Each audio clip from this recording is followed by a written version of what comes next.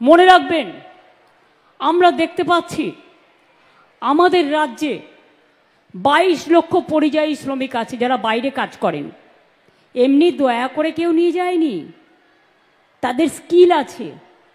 তারা সোনার কাজ ভালো করে, ভালো কাপড় জামা তৈরি করে, তারা কনস্ট্রাকশনের কাজ ভালো করে, তারা রাস্তার কাজ ভালো করে।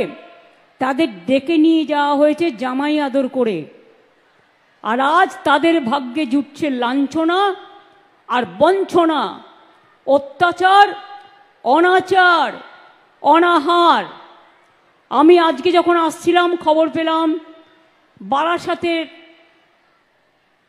হাবড়া সম্ভবত আমার যে ভাইটিকে মুম্বাইতে পিটিয়েছিল সেই ভাইটি মারা গেছে। এই রকম অনেক অত্যাচারের শিকার হচ্ছে আমাদের বাংলা থেকে যারা কাজ করতে যাচ্ছে।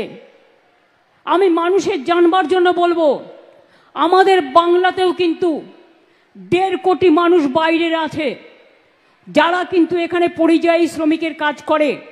আমরা কিন্তু তাদের গায়ে হাত দিই না, আমরা তাদের ভালোবাসি, তাদের আমরা বরণ করে নিই। তাহলে বলুন, কেন উড়িষ্যায় গেলে বাংলা ভাষায় কথা বললে অত্যাচার করবেন? কেন মুম্বাইতে গেলে অত্যাচার করবেন? কেন কেউ হোটেল ভাড়া করতে গেলে দিল্লিতে গুরগাঁওতে অত্যাচার করবেন?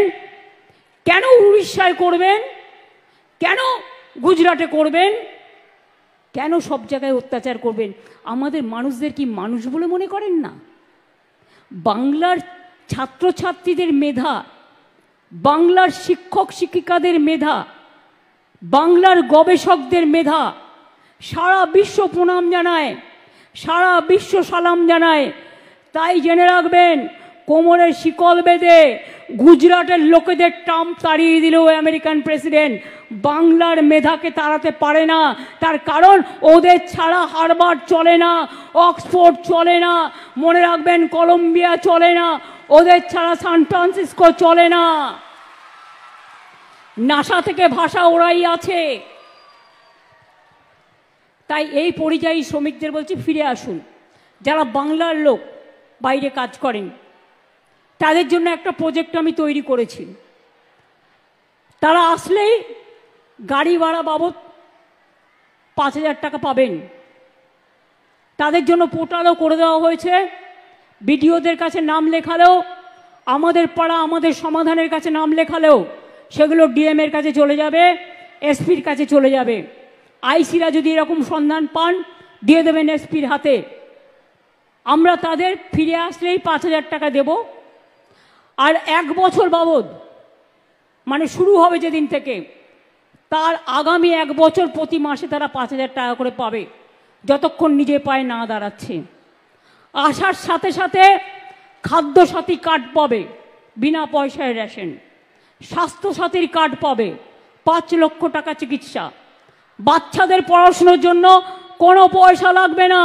যে যে স্কুলে পড়তো এখানকার স্কুলে ভর্তি করে দেওয়া হবে কাছাকাছি, যাতে তাদের ইয়ার নষ্ট না হয়। আমরা কেউ মরে যাইনি, মনে রাখবেন। আমরা বেঁচে যতক্ষণ থাকবো, আমার পরেও যারা থাকবে, তাদের ভবিষ্যৎ যাতে কোনোভাবে নষ্ট না হয় সেটা দেখার দায়িত্ব আমাদের, আমার ভাই বোনদের। তাছাড়াও তাদের আমরা কর্মশ্রী প্রকল্পে কাজ দেবো, স্কিল ট্রেনিং করাবো। যেখানে যেখানে তারা যে কাজে অভ্যস্ত সেই কাজে তাদের সুযোগ দেব। কেউ ব্যবসা করতে চাইলে সহজে লোনও পাবে, সে দোকানও তৈরি করতে পারে, সে একটা ব্যবসাও করতে পারে। মানুষের জীবনে কোনো কাজ ছোট নয়, সব কাজই বড়। একটা ছোট মানুষ কখনো জন্মেই সব শেখে না। মা বলতে শেখে, মা থেকে মাতৃভূমি শেখে, মা থেকে সমস্ত ভাষা শেখে, মা থেকে মেধা তৈরি হয়, মা থেকে ভাষা তৈরি হয়। কেউ মাকে বলে মা, কেউ বলে আম্মা, আর কেউ বলে মাদার। এইটুকু তো তফাৎ, যেটা রামকৃষ্ণ পরমহংসদেবের ভাষায়। কাজেই যে প্রকল্পটা আমরা করেছি তার নাম হচ্ছে শ্রমশ্রী, কর্মশ্রীর বন্ধু শ্রমশ্রী।